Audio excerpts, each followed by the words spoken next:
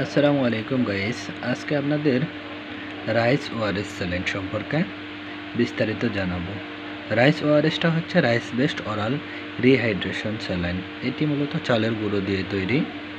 তো এটি কি কাজে ব্যবহার করা হয়, যেমন ডায়রিয়া, কলেরা, বমি, পাতলা পায়খানা, পানি স্বল্পতা পূরণের জন্যই এটি আপনি খাইতে পারেন। তবে এটি খাওয়ার নিয়ম হচ্ছে 250 মিলি পানি গরম করে সেই পানির মধ্যে 250 মিলি অথবা 1 গ্লাস পানিতে আপনারা এটি দিয়ে পরে ঠান্ডা করে ভালোভাবে নেড়ে ছেড়ে দিয়ে পরে পান করতে পারেন।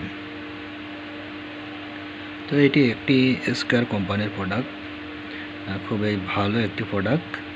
আর পার প্যাকেট 10 টাকা এমআরপি। তো ভালো থাকবেন, সুস্থ থাকবেন, আমাদের সাথেই থাকবেন। ধন্যবাদ সকলকে।